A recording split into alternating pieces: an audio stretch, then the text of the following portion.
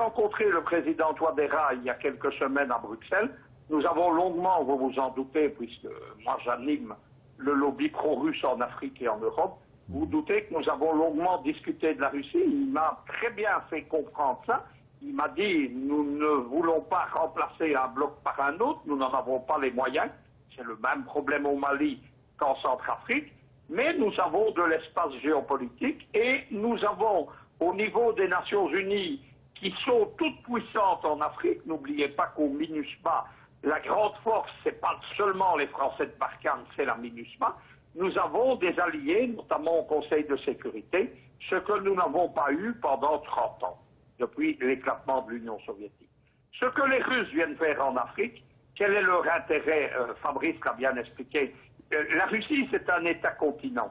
Tout ce qu'on trouve dans le sous-sol africain, les terres rares, l'uranium sur les frontières de la Mongolie extérieure, le gaz, le pétrole, tous les minerais stratégiques, plus ce que n'a pas l'Afrique, la technologie nucléaire notamment, etc. La Russie, là. La Russie, elle vient là parce qu'elle a l'ambition de redevenir une grande puissance mondiale et que pour ce faire, il ne faut pas que les Occidentaux recolonisent l'Afrique. L'Afrique, c'est l'enjeu de la future Troisième Guerre mondiale. Qu'est-ce que les Russes viennent faire? Ils viennent s'installer géopolitiquement, ils offrent des capacités de reconstruction des États africains. Ce que les Occidentaux ont fait, c'est la destruction des États africains.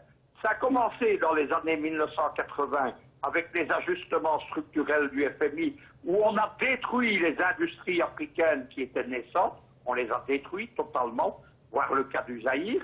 Le Zaïre, en 1980, il projetait même d'avoir une industrie spatiale. Regardez le lamentable état de la RDC aujourd'hui.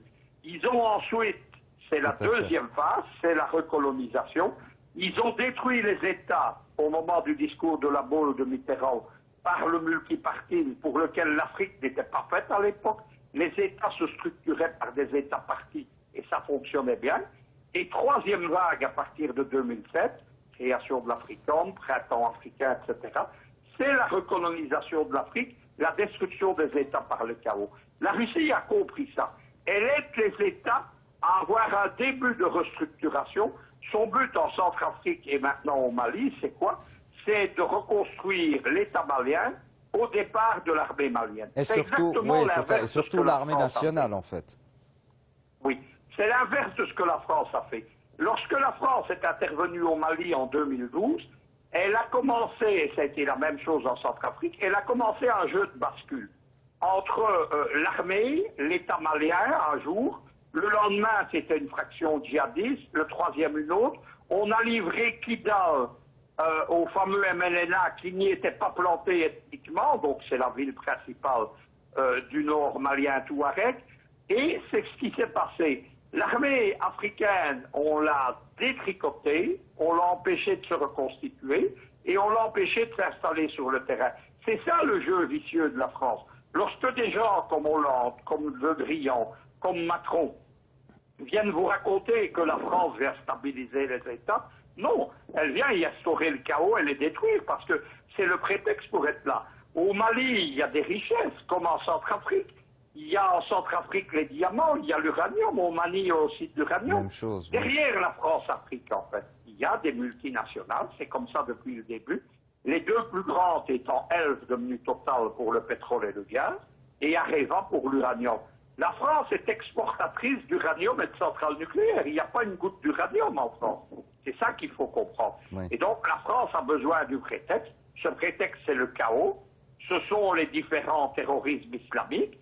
Et ce sont les guerres ethniques. Mais tout ça est le produit, l'ambassadeur Richard Normand l'explique bien dans son livre, c'est le produit de la politique criminelle, moi je n'hésite pas à le dire, du gouvernement français, et singulièrement aujourd'hui de Macron, qui a en plus le vice, parce qu'il n'y a pas d'autre terme, de vendre sa nouvelle France-Afrique 2.0 comme quelque chose qui est là pour aider les Africains.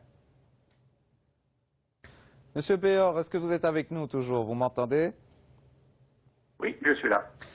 En fait, on a vu aussi au Niger, enfin on parle aussi du Niger parce qu'il faut partie des pays donc, du G5 Sahel, mais le président donc, Issoufou avait demandé, avait appelé, tout comme le ministre des Affaires étrangères burkinabé d'ailleurs, à une coalition internationale, à la formation donc de cette coalition internationale, donc entre la France, les États-Unis, l'Allemagne entre autres, comme l'a dit Monsieur Michel, au sein du Niger. Mais est-ce que donc cette arrivée russe au Mali risquerait d'interférer donc cette fameuse coalition internationale que, soi-disant, on va dire que le Niger et le Burkina demandent à mettre en place dans leur pays? C'est antinomique. Je prends juste un parallèle avec la Syrie. On parle de coalition internationale contre Daesh, mais ce ne sont que les Occidentaux et ses alliés des pays arabes. En cas précis, c'est exactement la même chose. Coalition qui se bat contre quelque chose en Syrie, c'est soi-disant contre Daesh, mais qui n'a combattu que vers la fin, lorsque la Russie avait fait la plupart du travail. Et aujourd'hui, c'est la même chose. On parle de coalition internationale. On peut dire aussi la Russie associée donc aux pays de la région. Oui, alors si c'est la volonté des pays africains, je leur souhaite bonne chance pour que ces pays puissent travailler ensemble. Sinon, comme l'a indiqué Luc Michel, ils n'ont effectivement pas le même agenda et les mêmes objectifs. Donc, des militaires venant pour déstabiliser, déstructurer un État et d'autres pour, à partir de l'armée nationale des pays, de reconstruire les États, une infrastructure de stabilité et de sécurité pour valider une souveraineté. Évidemment, c'est antinomique. Ça ne pourra pas fonctionner, cette puissance, mais surtout, appeler une coalition internationale alors que la solution dès le début était présente, qui était cette coalition militaire africaine, aujourd'hui, il faudrait simplement la remettre en place, puisque ça permettrait à ces pays de se dégager et de respecter cette souveraineté africaine qu'ils réclament tant, qu'ils disent vouloir défendre. Je parle ici de ces pays occidentaux, mais évidemment, toutes leurs actions sont faites pour éviter une solution africaine, un problème africain, pour justifier leur présence. Donc, voir une coalition internationale, c'est-à-dire les pays occidentaux et la Russie en même temps, c'est un peu comme croire au Père Noël. Tout à fait. Monsieur Michel, une dernière question pour vous. La région de l'Iptako, on a l'impression depuis l'Iran en fait qu'elle est très convoitée donc par l'Occident. Que pouvez-vous nous dire en fait sur cette région? C'est-à-dire qu'il y a toujours eu des plans de démembrement des États africains depuis la chute de la Libye. Il y en avait un pour la Libye, il y en a un pour le Mali, il y en a un pour la Centrafrique. Dès qu'une région est stratégique, c'est-à-dire par ses bases militaires et ses ressources, les Occidentaux ont tendance à précipiter une sécession de fait. C'est un problème des chefs d'État africains, pour revenir à votre question précédente, c'est qu'ils se laissent prendre à la propagande occidentale. Ils voient Bush qui fait une coalition soi-disant contre le terrorisme, Bush 2, puis ils voient Trump qui annonce une coalition, ils annoncent tous des choses comme ça, et ils pensent que c'est la solution. Le problème des États africains, c'est qu'ils n'ont pas les moyens de cette force multinationale. C'est comme ça que les Occidentaux se sont emparés du G5 Sahel, qui au départ était une idée tchadienne, pour créer un embryon d'armée transnationale africaine. C'est une façon de les neutraliser, et on est même arrivé à quelque chose dans le cas du G5 Sahel. On a vu que les Américains ont introduit le loup saoudien dans la bergerie, qui d'un côté subsidie les groupes djihadistes en Afrique, mais de l'autre côté est venu financer le G5 Sahel.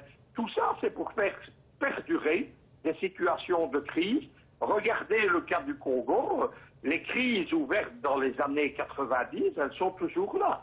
Les casques bleus n'ont rien réussi en 25 ou 30 ans. Oui, les sources internationales ne servent à rien, c'est ça. Le chaos permet l'implantation occidentale, le terrorisme, le djihadisme permet l'ingérence occidentale, et cette ingérence, elle repose principalement sur les bases militaires, les missions militaires, les forces d'intervention, ce qui empêche les États africains non seulement de se restructurer, mais surtout d'introduire un dialogue national pour faire la paix.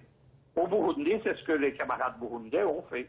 Ils ont un dialogue national, ils ont résolu le problème du terrorisme, ils ont résolu toute une série de problèmes, et les Occidentaux essayent de relancer la machine de nouveau maintenant au niveau des Nations Unies, etc. C'est là que les Russes et les Chinois, depuis 5 ans, mettent un coup d'arrêt à cette politique vicieuse occidentale. Merci, Monsieur Michel. Ça va être le mot pour la fin. Merci beaucoup, Monsieur de Béor, donc, de nous avoir accompagnés durant l'émission. Quant à vous, je vous souhaite une excellente semaine à toutes et à tous et je vous retrouve la semaine prochaine pour ce débat sur l'Afrique.